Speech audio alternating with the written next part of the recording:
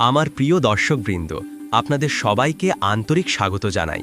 দর্শকবৃন্দ, একবার গভীর কল্পনা করুন, একটি ছোট্ট গ্রামের দরিদ্র পরিবারের একটি মাত্র 10 বছরের বালক, যার পরনে ছেঁড়া ফাটা কাপড়, চেহারাটা জীর্ণশীর্ণ। সেই ছেলেটি হঠাৎ একদিন কাউকে কিছু না বলে, কাউকে কিছু না জানিয়ে নিঃশব্দে বাড়ি ছেড়ে পালিয়ে যায়। তার পরিবার তাকে তন্ন তন্ন করে খুঁজতে থাকে দিনের পর দিন, কিন্তু তার কোনো খোঁজই মেলে না। এভাবেই বছর গড়িয়ে যায় এবং পরিবার এক কঠিন সত্য মেনে নেয় যে তাদের প্রিয় সন্তান হয়তো আর এই পৃথিবীতে বেঁচে নেই।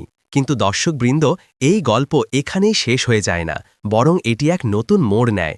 2 দশকেরও বেশি দীর্ঘ সময় পর সেই ছেলে অপ্রত্যাশিতভাবে ফিরে আসে, কিন্তু এবার সে আর সেই অসহায় গরিব বালকটি নয়। সে এখন এক সফল কোটিপতি, যার সঙ্গে রয়েছে দামি গাড়ির এক বিশাল কাফেলা, বডিগার্ডের সুসজ্জিত দল এবং সে নিজে সজ্জিত একটি ঝকঝকে স্যুটে।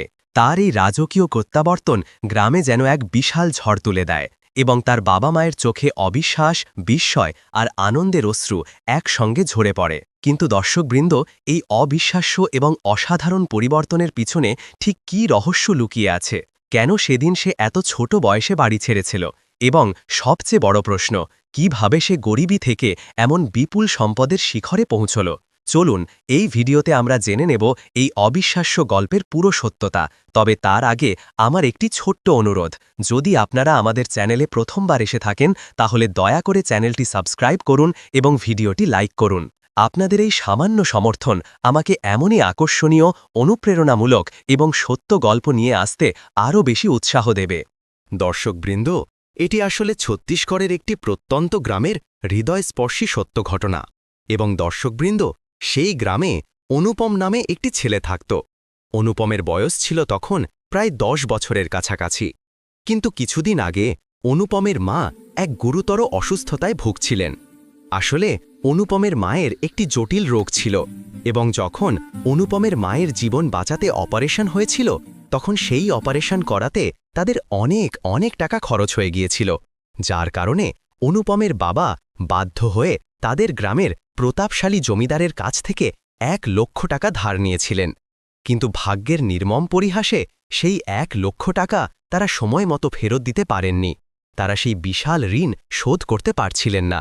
তখন একদিন যে জমিদার টাকা দিয়েছিল সে অত্যন্ত রুক্ষ মেজাজে অনুপমের বাড়িতে চলে আসে এবং অনুপমের বাবাকে সবার সামনে ভালো মন্দ বলতে শুরু করে এবং তার দেওয়া টাকা সুদে আসলে ফেরত চাইতে থাকে। কিন্তু অনুপমের বাবা মা সেই মুহূর্তে সেই টাকা দিতে সম্পূর্ণ অক্ষম ছিলেন, কারণ তাদের কাছে তখন ততটা নগদ টাকা ছিল না। যার কারণে জমিদার তাদের কাছে যে সামান্য একটু জমি ছিল তাও জোর করে হাতিয়ে নেয় এবং জমিদার তাদের কঠোরভাবে বলে দেয় যে যতক্ষণ না তোমরা আমাকে সুদসহ সেই 1 লক্ষ টাকা ফেরত দেবে, ততক্ষণ আমি এই জমি তোমাদের ফেরত দেব না। পুরো পরিবার এই হৃদয়বিদারক ঘটনায় খুব বিপর্যস্ত হয়ে পড়েছিল, কারণ তাদের কাছে যে ছোট্ট জমিটি ছিল তারা সেই জমিতে চাষ করত, শস্য উৎপাদন করত এবং সেই শস্য বিক্রি করেই তাদের একমাত্র জীবিকা নির্বাহ হতো। তখন ছিল সন্ধ্যার সময় এবং অনুপম, তার বাবা মা এবং তার ছোট বোন সবাই এক জায়গায় চুপচাপ বসেছিল। অনুপম তার বাবা মায়ের বিষণ্ণ কথাগুলো খুব মন দিয়ে শুনছিল। অনুপমের বাবা মা একে অপরের সঙ্গে হতাশার সুরে কথা বলছিলেন যে আমাদের কাছে যে ছোট্ট জমি ছিল সেটাও এখন অন্যের হাতে চলে গেছে। এটাকে যেভাবেই হোক ফিরিয়ে আনতে হবে, কারণ যদি আমরা চাষ না করি তাহলে আমরা কিভাবে জীবন চালাব। তারা এও বলছিলেন যে আমাদের কাছে এখন এত টাকা নেই, আমরা এত তাড়াতাড়ি 1 লক্ষ টাকার ব্যবস্থা কোথা থেকে করব। অনুপম তার বাবা মায়ের এই অসহায় কথাগুলো গভীর মনোযোগ দিয়ে শুনেছিল। অনুপম তাদের কথা শুনে খুবই বিচলিত এবং স্থির প্রতিজ্ঞা হয়ে পড়ে। তখনই অনুপমের ছোট্ট মনে এমন একটি কঠিন চিন্তা আসে যা সম্ভবত তার পুরো জীবন বদলে দেওয়ার সিদ্ধান্ত নেয়। অনুপম তার পরিবারের পরিস্থিতি পুরোপুরি বুঝতে পারে এবং সেই দিন যে ছেঁড়া ফাটা কাপড় সে পরেছিল সেই কাপড়েই সে বাড়ি থেকে বেরিয়ে পড়ে। যখন সে বাড়ি থেকে বের হয় তখন সে সোজা রেলওয়ে স্টেশনে গিয়ে প্ল্যাটফর্মে বসে থাকে। রেলওয়ে স্টেশনে একটি দূরপাল্লার ট্রেন আসে এবং সে সেই ট্রেনে চুপিসারে উঠে বসে পড়ে। তার কাছে 1 পয়সাও ছিল না যে সে টিকিট কাটতে পারে। যখন সে ট্রেনে বসে তখন সেই ট্রেন সরাসরি তাকে গুজরাটের ব্যস্ত শহর বড়োদরায় নিয়ে যায়। অনুপমের কাছে কোনো টাকা ছিল না, তাই তার খুবই ক্ষুধা পেয়েছিল, কারণ গন্তব্যে পৌঁছতে অনেক দীর্ঘ সময় লেগে গিয়েছিল। এখন অনুপম রেলওয়ে স্টেশন থেকে বের হয়। অনুপম যখনই স্টেশন থেকে বের হয় তখন বাইরের বিশাল পৃথিবী দেখে সে খুবই অবাক, বিস্মিত এবং কিছুটা বিচলিত হয়ে পড়ে। কারণ অনুপম ছোটবেলা থেকেই শুধু তার গ্রামেই থেকে এসেছিল এবং অনুপম তার জীবনে প্রথমবার একটি বড় শহরে এসেছিল। সে এত মানুষ দেখেছিল, এত দ্রুতগতির গাড়ি দেখেছিল, এত আকাশচুম্বী বড় বড় বিল্ডিং দেখেছিল। এসব দেখে তার মনটা যেন আরও বিচলিত হয়ে পড়ে। কিন্তু অনুপম হাল ছাড়ে না, সে মনে মনে প্রতিজ্ঞা করে। তাই অনুপম স্টেশন থেকে হেঁটে হেঁটে রাস্তায় এগিয়ে যেতে থাকে। তখনই তার চোখে একটি ছোট ঢাবা দেখা যায় এবং সেই ঢাবায় অনেক ট্রাকওয়ালা তাদের বিশাল ট্রাক পাশে রেখে আরাম করে খাবার খাচ্ছিল। অনুপম তাদের মধ্যে একজন দয়ালু চেহারার ব্যক্তির কাছে যায় এবং হাত জোড় করে কাকুতি মিনতি করে বলে, ভাই সাহেব, আমার একটা কাজের খুব প্রয়োজন, আমার খুব ক্ষুধা পেয়েছে, আপনি কি আমাকে আপনার কাজে রাখতে পারেন? সেই ব্যক্তি একজন ট্রাক ড্রাইভার ছিল। সেই ব্যক্তি অনুপমকে বলে, দেখো বাবু, আমার কাছে তো আপাতত কোনো কাজ নেই, তুমি যদি কাজ চাও তাহলে ঢাবার মালিকের সঙ্গে একবার কথা বলতে পারো, হয়তো তার কাছে তোমার জন্য কোনো কাজ থাকতে পারে। তখন অনুপম সেই ব্যক্তিকে বলে, দেখুন ভাই সাহেব, আমি বেশি টাকা চাই না, আমি আপনার কাছে টাকা চাইব না, আপনি আমাকে শুধু পেট ভরে খাবার দিলেই আমি আপনার সব কাজ করে দেব, আপনি যা বলবেন আমি সেই কাজ করব, আমি কোনো কাজে না বলবো না। সেই ট্রাক ড্রাইভার ছেলেটির নিষ্ঠা দেখে ভাবে, যদি ছেলেটি শুধু খাবারের জন্য কাজ করতে চায় তাহলে এতে কোনো সমস্যা নেই, বরং একজন সাহায্যকারী পাওয়া যাবে। তাই সেই ড্রাইভার অনুপমকে তার সঙ্গে রাখে। এখন সেই ড্রাইভার ট্রাক চালানোর কাজ শুরু করে এবং অনুপম তার সহকারী হিসেবে ট্রাকে বসে থাকে। অনুপম ট্রাকের খালাসির কাজ করতে শুরু করে। যখনই ড্রাইভারের কিছু কেনার প্রয়োজন হতো তখন সে অনুপমকে পাঠিয়ে দিত।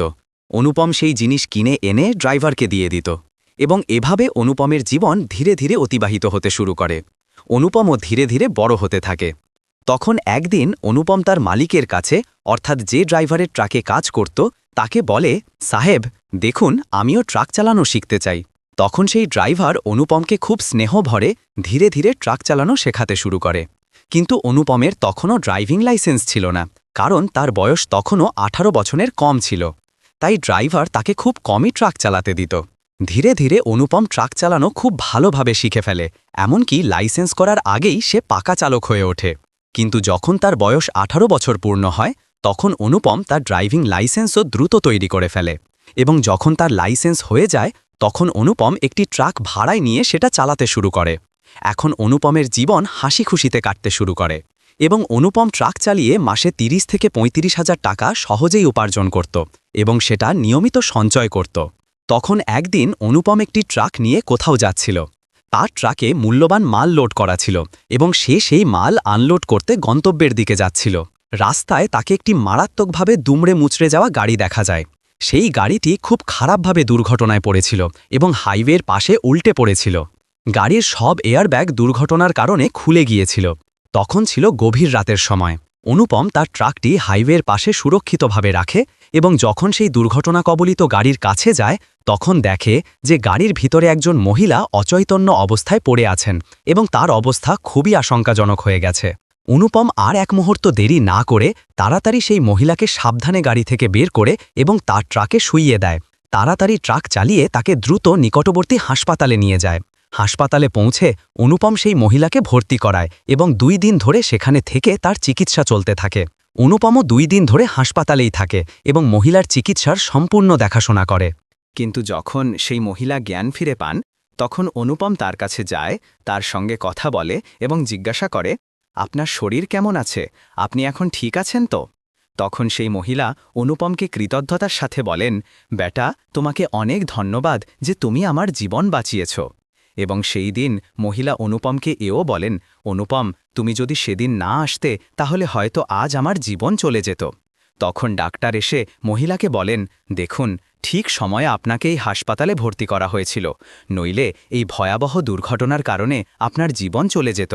কারণ আপনার শরীর থেকে অনেক বেশি রক্ত বেরিয়ে গিয়েছিল এবং আপনার শরীরে আর রক্ত প্রায় বাকি ছিল না। যদি সময় মতো আপনাকে হাসপাতালে ভর্তি না করা হতো তাহলে আপনার জীবন বাঁচানো যেত না। যখন মহিলা ডাক্তারের এই কথা শোনেন তখন তিনি অনুপমের সামনে হাত জোড় করে তাকে অসংখ্য ধন্যবাদ দেন এবং বলেন, অনুপম, দেখো, আমি খুবই বড় একজন ব্যবসায়ী এবং আমি তোমার এই উপকারের জন্য কিছু করতে চাই। অনুপম আত্মবিশ্বাসের সাথে বলে, দেখুন, বিপদে মানুষের সাহায্য করা আমার মানবিক কর্তব্য এবং আমি শুধু আমার কর্তব্য পালন করেছি। আমার আপনার কাছ থেকে কোনো সাহায্যের প্রয়োজন নেই, আমার কোনো টাকা পয়সার দরকার নেই। তখন মহিলা অনুপমকে আন্তরিকভাবে বলেন, দেখো, যদি তুমি আমার কাছ থেকে সাহায্য না চাও তাহলে অন্তত একটা কাজ করো, তুমি আমাকে তোমার মোবাইল নম্বর দাও, আর আমার যদি কখনো প্রয়োজন পড়ে তুমিও আমার মোবাইল নম্বর রেখে দাও। তুমি যখনই আমার শহর দিয়ে তোমার ট্রাক নিয়ে যাবে তখন আমার বাড়িতে এসে আমার সঙ্গে অবশ্যই দেখা করবে, আমি তোমার সঙ্গে আরও অনেক কথা বলতে চাই। অনুপম সেই দিন হাসপাতালে মহিলার সঙ্গে কথা বলে এবং তারপর ট্রাক নিয়ে সেই গন্তব্যে পৌঁছে যায় যেখানে তার মাল আনলোড করার কথা ছিল। এখন এভাবেই অনুপমের দৈনন্দিন জীবন চলতে থাকে এবং অনুপম ট্রাক চালিয়ে ভালো টাকা উপার্জন করতে শুরু করে। এই ৪-৫ বছরের কঠোর পরিশ্রমে অনুপমের কাছে প্রায় ১৫ লক্ষ টাকা জমা হয়ে যায়। এখন আপনারা তো জানেনই, ট্রাক ড্রাইভাররা কঠোর পরিশ্রম করে উপার্জন করে, তাদের বেতন আলাদা থাকে এবং তারা বুদ্ধিমত্তার সাথে ডিজেল সাশ্রয় করে বা এদিক ওদিক থেকে কিছু করে অনেক টাকা উপার্জন করে এবং এইভাবেই অনুপম অনেক টাকা উপার্জন করে। এবং কিছু সময় পরে অনুপম সঞ্চিত সেই টাকা দিয়ে নিজের একটি একেবারে নতুন ট্রাক কিনে নেয় এবং যখন সে ভাড়ার ট্রাক চালানো ছেড়ে দেয়, অর্থাৎ আগে সে ভাড়ায় অন্যের ট্রাক চালাতো এবং টাকা উপার্জন করত, কিন্তু সে এখন নিজের ট্রাক কিনে নেয় এবং সেই ট্রাক চালাতে শুরু করে। এখন ২-৪ মাস পর্যন্ত সে তার নতুন ট্রাক চালাতে শুরু করে। তখন একদিন যে মহিলা হাসপাতালে ভর্তি ছিলেন তার কাছ থেকে অনুপমের কাছে ফোন আসে। তিনি অভিমানের সুরে বলেন, বেটা, ৩-৪ মাস পেরিয়ে গেছে কিন্তু তুমি আমাকে এখনও ফোন করনি, তুমি এখনও আমার বাড়িতে আমার সঙ্গে দেখা করতে আসনি। তখন অনুপম তাকে বলে, ম্যাডামজি, দেখুন, আমি কাল পুনেতে আসছি এবং সেখানে আমার কিছু জরুরি কাজ আছে, আমার ট্র্যাকে মাল লোড করতে হবে, তাই আমি কাল পুনেতে এসে আপনাকে ফোন করব এবং আপনার সঙ্গে দেখা করতে অবশ্যই আসব। আমি আপনাদের জানিয়ে রাখি, যে মহিলার সেদিন দুর্ঘটনা হয়েছিল এবং যিনি হাসপাতালে ভর্তি ছিলেন তিনি আসলে পুনের একজন অত্যন্ত প্রতিষ্ঠিত বাসিন্দা ছিলেন এবং পুনেতেই তার ৩-৪টি বিশাল কারখানা চলত। ৩-৪টি শাড়ির কোম্পানি তিনি একাই সফলভাবে চালাতেন এবং তার স্বামী তখন আর বেঁচে ছিলেন না, তার স্বামী এক মর্মান্তিক দুর্ঘটনায় মারা গিয়েছিলেন। পরের দিন অনুপম তার ট্রাক নিয়ে পুনেতে পৌঁছে যায় এবং যেখানে মাল লোড করার কাজ চলছিল সেখানে তার ট্রাক রাখে। ট্রাক রাখার পর সে সেই মহিলার বাড়িতে তার সঙ্গে দেখা করতে যায়। সেই মহিলার নাম ছিল মিনা। এখন মিনার বাড়িতে যাওয়ার পর মিনা তার সঙ্গে অনেক আন্তরিক কথা বলেন। অনুপম তার সন্তানদের সঙ্গে দেখা করে, তার মেয়েদের সঙ্গে দেখা করে এবং সেখানে নাস্তাপাড়ি করে, খাবারও খায়। তখন মিনা অনুপমকে জিজ্ঞাসা করেন, বেটা, একটি কথা বলো, তোমার বাড়ি কোথায় এবং তোমার বাবা মা কোথায় থাকেন? তখন অনুপম তাকে তার জীবনের পুরো করুণ গল্পটি বলে। সে বলে, ম্যাডাম, যে আমার বাবা মা গ্রামে থাকেন কিন্তু আমি এখন গ্রামে যেতে চাই না। যেদিন আমি খুব বড় মানুষ হয়ে যাব, যেদিন আমি অনেক টাকা উপার্জন করব, সেদিনই আমি আমার গ্রামে যাব এবং আমার বাবা মায়ের সঙ্গে দেখা করব। তখন মিনা ম্যাডাম তাকে জিজ্ঞাসা করেন, তুমি তো ট্রাক চালানোর কাজ করো, অন্য কোনো কাজও তো করতে পারো, তুমি দেখতেও বেশ স্মার্ট এবং ভালো। তখন অনুপম মিনাকে বলে, ম্যাডামজি, দেখুন, আমি ছোটবেলায় বাড়ি থেকে বেরিয়ে গিয়েছিলাম এবং বাড়ি থেকে বেরিয়ে আজ প্রায় ১৬-১৭ বছর হয়ে গেছে, কিন্তু এখনও আমি আমার বাড়িতে যাইনি। যখন আমি ছোটবেলায় বাড়ি থেকে বেরিয়েছিলাম তখন আমি প্রথমবার একটি ট্রাকে খালাসির কাজ পেয়েছিলাম। সেই কাজ করতে করতে আমার এই কাজটি খুব ভালো লেগে গেছে এবং এই কাজে আমি ভালো জ্ঞান অর্জন করেছি, তাই আমি এই কাজই করতে চাই। তখন মিনা অনুপমকে গভীর মমতায় বলেন, দেখো, আমাকে ম্যাডামজি বলো না, আমাকে তুমি মা বলে ডাকো, তুমি আমার ছেলের মতো এবং আমি তোমাকে আমার নিজের ছেলের মতো মনে করি। তখন মিনা অনুপমকে বলেন, অনুপম বেটা, দেখো, আমি তোমার জন্য সত্যি কিছু করতে চাই, কারণ সেদিন তুমি আমার জীবন বাঁচিয়েছিলে, আমি তোমার এই ঋণ শোধ করতে চাই। তখন মিনা অনুপমকে বলেন, অনুপম, দেখো, আমার স্বামী নেই, আমার স্বামী দুর্ঘটনায় মারা গেছেন। আমাদের ৩-৪টি শাড়ির কারখানা আছে যেগুলো আমি একা হাতে চালাই এবং সেগুলো চালাতে আমার অনেক সমস্যার সম্মুখীন হতে হয়। আমি চাই তুমি আমার সঙ্গে থাকো এবং আমার কোম্পানির দেখাশোনা করতে আমাকে সাহায্য করো, কারণ আমি একা এত বড় ব্যবসা সামলাতে পারছি না। অনুপম প্রথমে মিনাকে বিনীতভাবে প্রত্যাখ্যান করে এবং বলে, না, আমার নিজের ট্রাক আছে, আমি এটাই চালিয়ে জীবন চালাবো। তখন মিনা তাকে বুঝিয়ে বলেন, দেখো, এতে তোমার কোনো ক্ষতি হবে না, যদি তোমার ট্রাক থাকে তাহলে তুমি তোমার ট্রাক কাউকে ভাড়ায় দিয়ে দাও এবং তাকে চালাতে দাও, সেখান থেকেও তোমার টাকা আসবে এবং তুমি আমার সঙ্গে থাকবে, আমার সঙ্গে কাজ করবে, আমার কোম্পানি সামলাবে। আমি তোমাকে মাসে 3 লক্ষ টাকা দেব। তুমি এখান থেকেও বিশাল টাকা উপার্জন করবে এবং ট্রাক থেকেও কিছু টাকা আসবে। তাহলে তুমি খুব ভালো টাকা উপার্জন করতে পারবে এবং তোমার কাছে অনেক টাকা জমা হবে।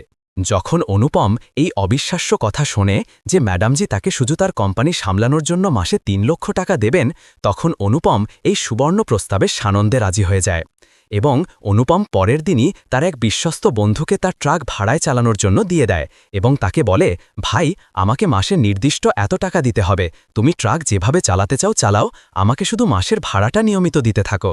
এবং অনুপম নিজে মিনা ম্যাডামজির সঙ্গে কোম্পানিতে কাজ শুরু করে এবং অনুপমের ব্যবসার বেশ ভালো জ্ঞান ছিল, কারণ সে দীর্ঘদিন ট্রাকের ব্যবসা এবং লেনদেন করেছিল। তাই এই ব্যবসায় কাজ করতে করতে তার ভালো জ্ঞান এবং অভিজ্ঞতা হয়ে যায়। তাই অনুপম শাড়ির ব্যবসা খুব দ্রুত ভালোভাবে চালাতে শুরু করে। এখন এভাবে আরও 4-5 বছর কেটে যায়। মিনা ম্যাডাম অনুপমের জন্য পুনেতে একটি বিলাসবহুল বাড়ি কিনে দেন এবং অনুপম সেখানে থাকতে শুরু করে এবং সেখান থেকেই কোম্পানির সমস্ত কাজ সামলাতে শুরু করে। এখন অনুপম একজন প্রতিষ্ঠিত কোটিপতি হয়ে গেছে। অনুপম যেমন স্বপ্ন দেখত এবং মিনা ম্যাডামও তাকে তার নিজের ছেলের মতো মনে করতেন। তখন একদিন মিনা ফোনে অনুপমকে বলেন, অনুপম বেটা, তুমি তাড়াতাড়ি তৈরি হয়ে নাও, আমাদের তাড়াতাড়ি কোথাও একটা যেতে হবে, আমাদের কিছু খুব জরুরি কাজ আছে। এখন অনুপম তাড়াতাড়ি স্যুটবুট পরে একদম তৈরি হয়ে যায় এবং বাড়ি থেকে বের হয়। যখন সে বাড়ি থেকে বের হয় তখন দেখে গেটে একটি খুব বড় এবং দামি বিলাসবহুল গাড়ি তার জন্য অপেক্ষা করছে। অনুপম বাড়ি থেকে বেরিয়ে সেই গাড়িতে উঠে বসে এবং দেখে যে মিনা ম্যাডামও ইতিমধ্যেই গাড়িতে বসে আছেন। তারপর তারা সেখান থেকে রওনা হয়ে রেলওয়ে স্টেশনে পৌঁছে যায়। মিনা ম্যাডাম ইতিমধ্যেই এসি বগিতে তাদের দুজনের টিকিট বুক করে রেখেছিলেন। এখন যখন তারা স্টেশনে পৌঁছে ট্রেন আসে এবং মিনা এবং অনুপম ট্রেনে উঠে বসে এবং ট্রেন সেখান থেকে ছত্তিশগড়ের দিকে রওনা হয়ে যায়। কিন্তু যখন ট্রেন ছত্তিশগড়ের রেলওয়ে স্টেশনে থামে তখন মিনা অনুপমকে বলেন, অনুপম চলো, আমাদের এখানেই নামতে হবে, স্টেশন এসে গেছে। তখন ছত্তিশগড়ের স্টেশন দেখে অনুপমের কোথাও না কোথাও মনের মধ্যে এই বিশ্বাস জন্মায় যে মিনা ম্যাডাম তাকে তার নিজের গ্রামে নিয়ে যাচ্ছেন তার বাবা মায়ের সঙ্গে দেখা করানোর জন্য। এখন অনুপম যখনই স্টেশন থেকে বের হয় তখন দেখে স্টেশনের বাইরে 10-15টি ভিআইপি এবং কালো রঙের দামি গাড়ি দাঁড়িয়ে আছে এবং সেই গাড়িগুলো মিনা ম্যাডামের জন্য অপেক্ষা করছিল, কারণ মিনা ম্যাডাম আগে থেকেই সব ব্যবস্থা করে রেখেছিলেন যে আমি আসব, তাই তোমরা গাড়ি নিয়ে আমার জন্য অপেক্ষা করবে এবং আমি তার সঙ্গে তার গ্রামে যাব। এখন মিনা ম্যাডাম সেই গাড়িতে উঠে বসেন এবং অনুপমও উঠে বসে। তাদের পিছনে 10-15টি গাড়ি একটি বিশাল মিছিলের মতো লেগে যায়, যেমন বড় নেতারা যখন যান তাদের গাড়ির সামনে থাকে এবং পিছনে 10-15টি গাড়ি লেগে যায়। ঠিক সেইভাবে 10-15টি দামি গাড়ি অনুপমের গ্রামের দিকে তীব্র গতিতে যায়। যখন অনুপমের গ্রামে এতগুলো রাজকীয় গাড়ি প্রবেশ করে তখন গ্রামের লোকজন এতগুলো ভিআইপি গাড়ি দেখে হতবাক হয়ে যায় এবং ভাবতে থাকে যে তাদের গ্রামে কে এসেছে এত দামি গাড়ি নিয়ে, এবং তারা সবাই স্যুটবুট করেছিল। এসব দেখে গ্রামের লোকজন খুবই বিচলিত হয়ে পড়ে এবং ভিড় করতে শুরু করে। তখন সেই সব গাড়ি অনুপমের বাড়ির দরজায় গিয়ে থমকে দাঁড়ায়, কিন্তু অনুপমের বাবা মা তখন বাড়ির দরজার বাইরে খাটিয়ায় বসেছিলেন। যখন সব গাড়ি তাদের দরজায় এসে থামে তখন তারা এসব দেখে খুবই অবাক হয়ে যান এবং ভাবতে থাকেন যে এত বড় বড় লোক আমাদের দরজায় কি করতে এসেছে, কোনো সমস্যা হয়নি তো। তারা খুবই বিচলিত হয়ে পড়েন। তখন অনুপম তার গাড়ি থেকে নেমে আসে এবং সোজা তার বাবা মায়ের কাছে যায় এবং আবেগাপ্লুত হয়ে তাদের পায়ে হাত দিয়ে প্রণাম করে। অনুপমের বাবা মা কিছুই বুঝতে পারছিলেন না যে এই স্যুটবুট পরা ছেলেটি কে এবং কেন আমাদের পা ছুঁয়ে ফেলছে। সে স্যুটবুট পরেছে, দামি গাড়ি থেকে এসেছে। কারণ অনুপম একেবারে বদলে গিয়েছিল এবং এত বছরে তার চেহারাও অনেকটাই বদলে গিয়েছিল। তখন অনুপম তার বাবা মাকে অশ্রুসিক্ত কণ্ঠে বলে, পাপাজি, আমি অনুপম। কিন্তু যখনই তার বাবা মা এই কথা শোনেন যে এটি তাদের হারিয়ে যাওয়া ছেলে অনুপম, তখন তাদের চোখে বাঁধ ভাঙা জল চলে আসে এবং তার বাবা মা তাকে পরম মমতায় জড়িয়ে ধরে ফুপিয়ে ফুপিয়ে কাঁদতে শুরু করেন। মনে হচ্ছিল যেন তাদের মৃতপ্রায় হারিয়ে যাওয়া ছেলে আজ সত্যিই ফিরে এসেছে। তারপর যখন সেখানে পরিবেশ একটু শান্ত হয় তখন অনুপমের বাবা মা অনুপমকে জিজ্ঞাসা করেন, বেটা, সেদিন তুমি আমাদের ছেড়ে কোথায় চলে গিয়েছিলে? তখন অনুপম তার জীবনের পুরো কঠিন গল্পটি একে একে তার বাবা মাকে বিস্তারিতভাবে বলে। তারপর অনুপম তার বাবা মাকে জিজ্ঞাসা করে, পিতাজি, আমার চলে যাওয়ার পর সেই জমির কি হলো? তখন অনুপমের বাবা মা তাকে বলেন, বেটা দেখো, তোমার চলে যাওয়ার পর আমরা পুলিশে অভিযোগ করেছিলাম, কারণ সেই জমিদার আমাদের ওপর অনেক চাপ সৃষ্টি করছিল এবং আমাদের মনে হচ্ছিল যে সেই জমিদারই তোমাকে কোথাও গায়েব করে দিয়েছে বা তোমাকে মেরে ফেলেছে। আমরা তার বিরুদ্ধে অভিযোগও দায়ের করেছিলাম, কিন্তু আমরা তোমাকে 4-5 বছর ধরে পাগলের মতো খুঁজেছি। যখন তোমার কোনো খোঁজ পাওয়া যায়নি তখন আমরা তোমাকে খোঁজা বন্ধ করে দিয়েছিলাম, কারণ আমাদের মনে হচ্ছিল তুমি মারা গেছো, তুমি এই পৃথিবী ছেড়ে চলে গেছো। কিন্তু আজ যখন তুমি আমাদের সামনে এভাবে কোটিপতি হয়ে এসে দাঁড়িয়েছ, তখন আমাদের বিশ্বাসও হচ্ছে না যে তুমি এখনো জীবিত আছো। অনুপমের গ্রামে এই ধরনের বিস্ময়কর কথা দ্রুত ছড়িয়ে পড়েছিল। যে ছেলেটি কয়েক বছর আগে মারা গিয়েছে বলে সবাই ধরে নিয়েছিল, যে ছেলেটি বাড়ি থেকে পালিয়ে গিয়েছিল, যে ছেলেকে গ্রামের সবাই মৃত ঘোষণা করেছিল, সেই ছেলে আজ জীবিত হয়ে ফিরে এসেছে এবং এবার সে গরিব হয়ে নয়, কোটিপতি হয়ে বাড়িতে ফিরেছে। এই ধরনের কথা তার গ্রামে বিদ্যুৎ গতিতে ছড়িয়ে পড়েছিল এবং অনুপম মীনা ম্যাডামের সঙ্গে তার বাবা মাকে পরিচয় করিয়ে দেয় এবং সেখানে সবাই বসে অনেকক্ষণ ধরে আনন্দের সাথে কথা বলতে থাকে। মীনা ম্যাডাম সেখানে রাত কাটান। তারপর মীনা ম্যাডাম পরের দিন সেখান থেকে পুনেতে তার কাজের উদ্দেশ্যে ফিরে যান এবং অনুপম সে 4-5 দিন তার বাবা মায়ের সঙ্গে তার পুরনো বাড়িতে থাকে। তার ছোট বোনকে সঙ্গে নিয়ে 4-5 দিন পর সে পুনের সেই নতুন বাড়িতে, যে বাড়ি ম্যাডাম তাকে উপহার দিয়েছিলেন, সেখানে হাসি খুশি থাকতে শুরু করে। তারপর 2-3 বছর কেটে গেলে অনুপম তার বোনের বিয়ে পুনেতে একটি প্রতিষ্ঠিত এবং ভালো ছেলের সঙ্গে ধুমধাম করে দিয়ে দেয় এবং তার বাবা মায়ের সঙ্গে সেখানেই সুখে শান্তিতে থাকতে শুরু করে। তাহলে দর্শকবৃন্দ, আমাদের আজকের এই অবিশ্বাস্য গল্প আপনাদের সবার কেমন লাগলো? কমেন্ট বক্সের মাধ্যমে আমাদের অবশ্যই জানান। দর্শকবৃন্দ, আমাদের চ্যানেল স্মাইল ভয়েসকে সাবস্ক্রাইব করতে ভুলবেন না। দর্শকবৃন্দ, এমনই আরও ইন্টারেস্টিং, ভয়ঙ্কর এবং অনুপ্রেরণামূলক গল্প নিয়ে আবার আপনাদের সঙ্গে দেখা হবে। ততক্ষণের জন্য আপনাদের সবাইকে আন্তরিক ধন্যবাদ।